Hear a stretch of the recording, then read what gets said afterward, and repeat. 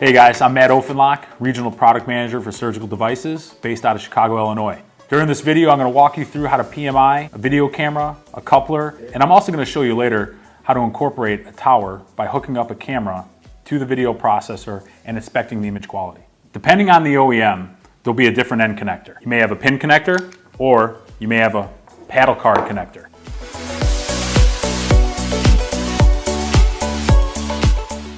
So when you PMI the camera, there's going to be some major areas that you're going to be looking for. Number one, the coupler. Number two, the camera head. Number three, the cord. And number four, the end connector.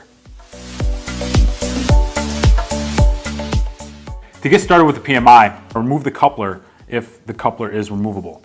You're going to look at both windows, the distal window and the proximal window. So on the window here, we're looking for signs of cloudiness, any signs of adhesive damage. We're inspecting the O-rings. We're going to inspect the sliding mechanism on the coupler. We want to assure that it's a smooth slide. Inspect the window on the camera head. Sometimes you'll find some corrosion or cracks on the housing. Next, you're going to want to look at the buttons on the camera. By pushing these over time, they'll just slowly wear down. You're going to inspect the camera cable. You're going to start with the strain relief. You want to make sure that's in good condition. There's no cracks, cuts, or damage, or buckles to the strain relief. We're going to work our way down through the cable. I was doing a camera PMI and I identified a cut right in the middle of the cable. And as I moved the cable apart, it exposed the wires underneath. But as I pushed the cable back together, the cut was gone. As we get down to the end connector, we want to make sure that the end connector is sealed to the cable. In my hands right here is a pin connector, which has a cover that is threaded on.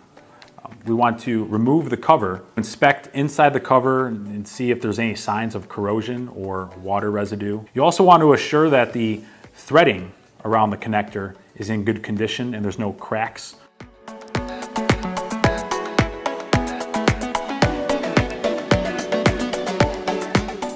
So a paddle connector is a little different.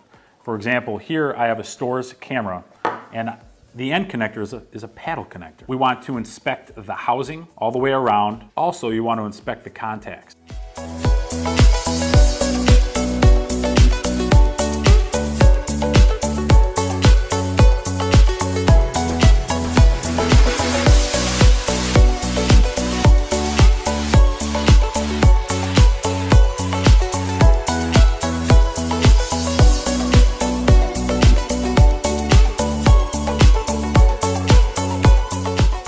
Now that we've done the physical inspection, we want to go ahead and we want to inspect the image quality. We want to go ahead and get this turned on. So find the power switch and go ahead and turn it on. We want to make sure that we have color bars on the screen before we even get started. Now we want to go ahead and place the end connector into the video console. So we want to go ahead and we want to match up arrow to arrow. You're going to see the color bars go away. You're going to see an image. It may be unclear, may be clear. If you have access to a scope, want to go ahead and connect that to the coupler. Want to make sure that it's secure. Want to pick a spot in the room or a picture in the room to focus on to make sure that the image is clear. There we go. We have a nice clear image. Want to go ahead and place this down as we go ahead and we do an inspection of the cable. We want to go ahead and we want to do the wiggle test. Place your hand on the end connector and wiggle the camera all the way through the camera. And what we're doing here is we're looking for any interference, any static that comes across the screen. So this is a really good cable. It's in good condition. We're not going to recommend to send this out for repair.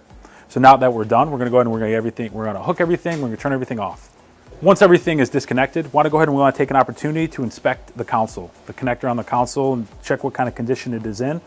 Over time, you'll see that there will be debris, some discoloration, just due to wear and tear, plugging in and unplugging the connector to the console. So this is in really good condition. We're not going to recommend to send this out for repair.